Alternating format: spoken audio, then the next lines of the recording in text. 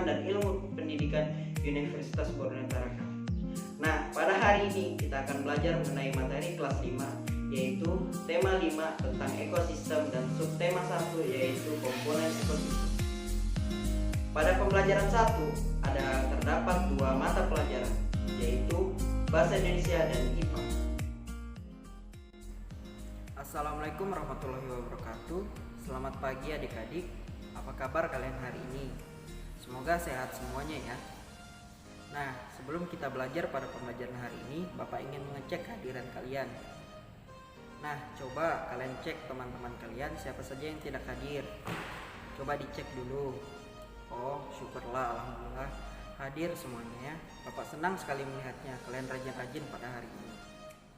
Nah, sebelum kita belajar pada pembelajaran hari ini, alangkah baiknya kita berdoa menurut agama dan kepercayaan kita masing-masing. Dan Bapak pimpin ya. Doa dimulai.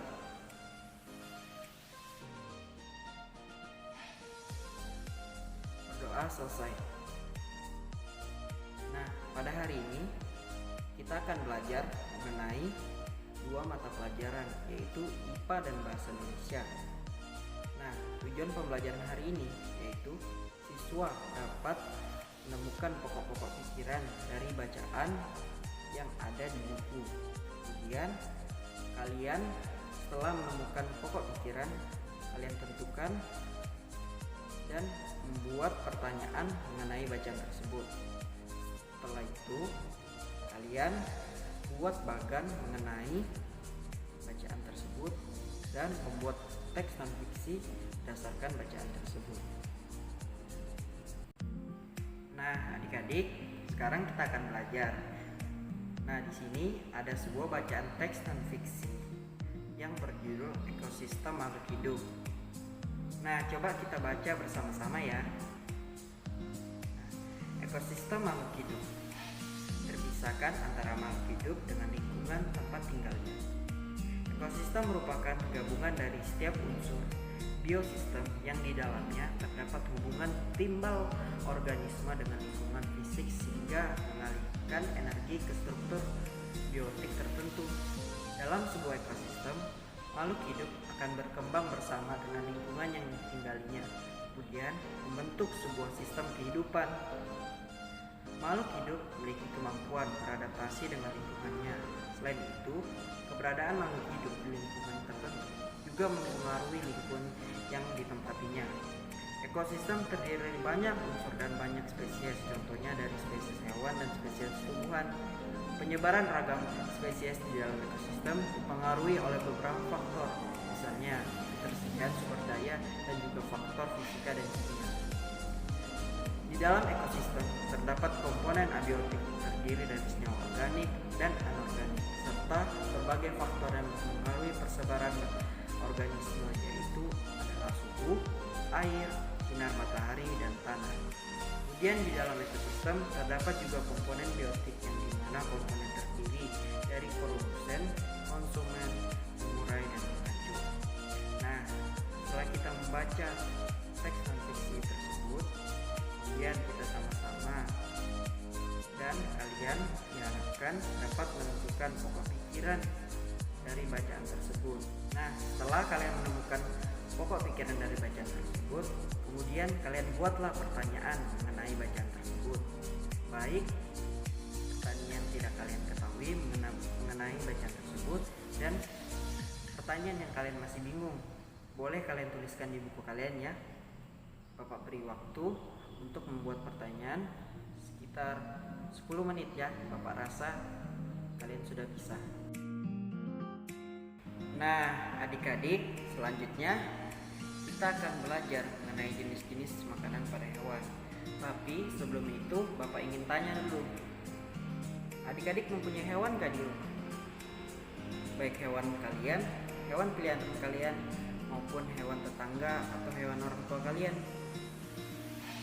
Oh, ada yang punya, ada yang tidak ya? Tidak apa-apa. Bapak ingin tanya, kalian tahu gak jenis-jenis makanan hewan peliharaan kalian? Oh, ada yang tahu, ada yang tidak ya. Nah, untuk mengetahuinya lebih lanjut tentang jenis-jenis makanan pada hewan, yang berkaitan dengan materi kita pada pembelajaran hari ini. Kita akan membaca sebuah teks bacaan di bawah ini tentang jenis-jenis makanan pada hewan. Mari kita baca bersama-sama ya. Jenis-jenis makanan pada hewan. Hewan merupakan salah satu makhluk hidup yang memiliki sumber makanan yang berbeda. Hewan memiliki jenis makanan yang setipe dengan makanan manusia. Meskipun begitu, tidak semua hewan memiliki kesamaan dengan makanan yang diasup oleh manusia. Di alam, hewan memiliki jenis sumber makanannya sendiri. Jika dikelompokkan menurut sumber makanannya, sumber makanan hewan terbagi menjadi dua, yaitu hewan dan tumbuhan.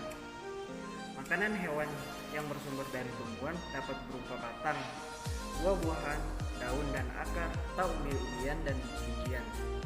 Dan bagian tumbuhan yang sering dimakan oleh hewan adalah daun. Misalnya hewan seperti ular, rusa, dan zebra. Sedangkan untuk sumber makanan hewan yang berasal dari hewan, yaitu seperti daging, serangga, tulang, dan ikan, merupakan sumber makanan yang dapat dimakan oleh hewan. Nah, adik-adik, setelah kita membaca teks di atas, pasti adik-adik sudah mengerti kan berbagai makanan pada jenis hewan-hewan tersebut. Nah, berbagai macam kan makanannya, beragam. Nah, sekarang Bapak ingin kalian membuat kelompok sekitar 4-5 orang ya. Tapi dengan catatan jangan pilih-pilih teman ya. Bapak tidak suka jika kalian pilih-pilih teman, itu tidak baik. Nah, sudah kalian membuat kelompok, selanjutnya kalian membuat bagan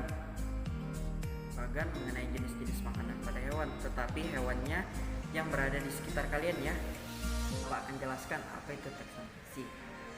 Teks non fiksi adalah teks yang berisikan hasil pengamatan atau data-data dan fakta-fakta, tetapi bukan merupakan hasil imajinasi kita ya.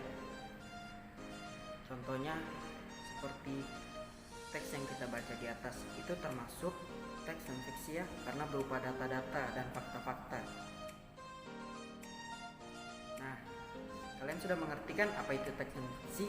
Bapak beri tugas kalian untuk membuat sebuah teks non fiksi. Nah, adik-adik, sudah banyak kan kita pelajari tentang materi pembelajaran hari ini, mulai dari tentang ekosistem makhluk hidup dan jenis-jenis makanan pada makhluk hidup.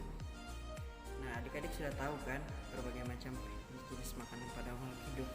Tujuannya kita belajar tentang materi tersebut agar kita dapat menjaga dan melestarikan ekosistem dan jenis-jenis hewan yang ada di sekitar kita, supaya ekosistem kita tetap terawat dan stabil. Nah, Bapak rasa cukup ya pada pembelajaran hari ini. Sebelum kita mengakhirinya, Bapak akan pimpin kita untuk berdoa agar kita selamat sampai tujuan ya. Baik, Bapak pimpin ya. Berdoa dimulai. Berdoa selesai. Nah, sebelum kita pulang, Bapak ucapkan Assalamualaikum warahmatullahi wabarakatuh. Hati-hati di jalan ya.